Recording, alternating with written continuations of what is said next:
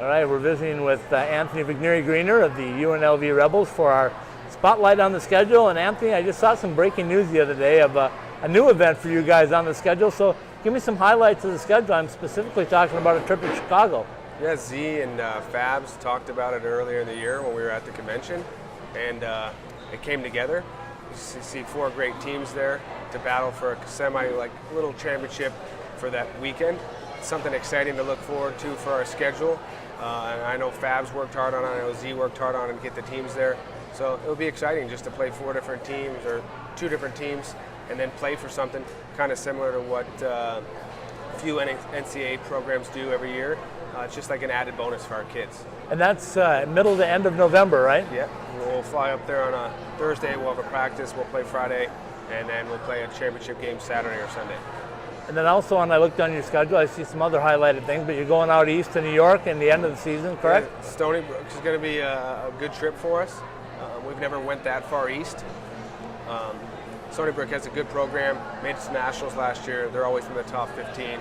So it's just another road trip to add some adversity to the boys, a long travel. And we've never had that long travel, so it'll be something new for our program and see how we handle it. 2-part question for you. The first one is, after being a year in D1 hockey right now, was it easier to get games this year?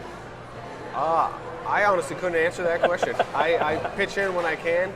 Z does a really good job on scheduling. You know, I have say of who we play and when we play, but I think everybody wants to play us. Right. You know, it makes it easier that we've established our program not just as a laughingstock. We made the jump and, you know, it's just somebody to play, but we were competitive all last year. We won a lot of games, so it helps when you play in the top 10 consistently, and that's kind of what we based our schedule on again this year. And part 2 of that one is, as a coach, you saw the jump from D2 to D1 and played in the national tournament and got robbed, in my estimation, of a game in the national tournament. But tell me what it was like as a coach playing a D1 schedule versus D2. Were there a lot of adjustments for you personally? Yeah, our staff did a really good job. I think for most of the teams, the rosters, it's depth-wise. Division II, there's, you know, the top 6 forwards and the top 2D are great. They're good, skilled players. But then when you make that jump to the Division I level, you know, there's 12 forwards that can play, and there's 6D that can play, and then everybody's got a stud for a goalie. And that was the biggest thing, is depth.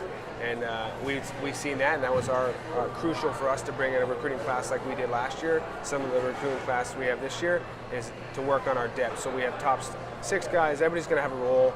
We're going to focus on that this year. Top 6 guys, top 2 power player. D-man, and then we're going to work on role players, as in, you know, an energy line, and we'll have specific penalty killers, just to dial in more roles.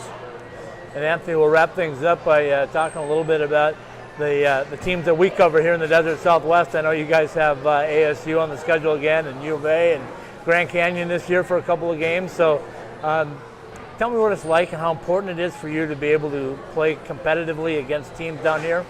Yeah, no, it's a great rivalry. Kind of, you know, it's not necessarily a huge rivalry, but for us it is. You know, it's a short bus trip to ASU. We play a lot of games versus ASU.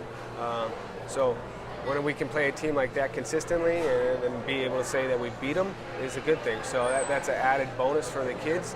And then when we go into University of Arizona and their barn, it's a great atmosphere. They got a lot of people. They play in a coast building, or excuse me, an AHL building now.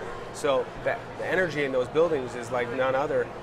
So when you can create something like that for the kids, and it's an added bonus for everybody to just go out there and work that extra 10%, give it 120%, 110. Anthony, I appreciate the time as always, and we'll look forward to seeing the Rebels on the ice with that, about a month or now? August 21st, they're back. And we'll throw out one thing. We know the big golf tournament coming up again on the 16th, so still spots open to get in there. There's a few more spots, a few more whole sponsors open up. Anything you can do to support the team would be awesome. All right, thanks. I appreciate your time. No, thank you.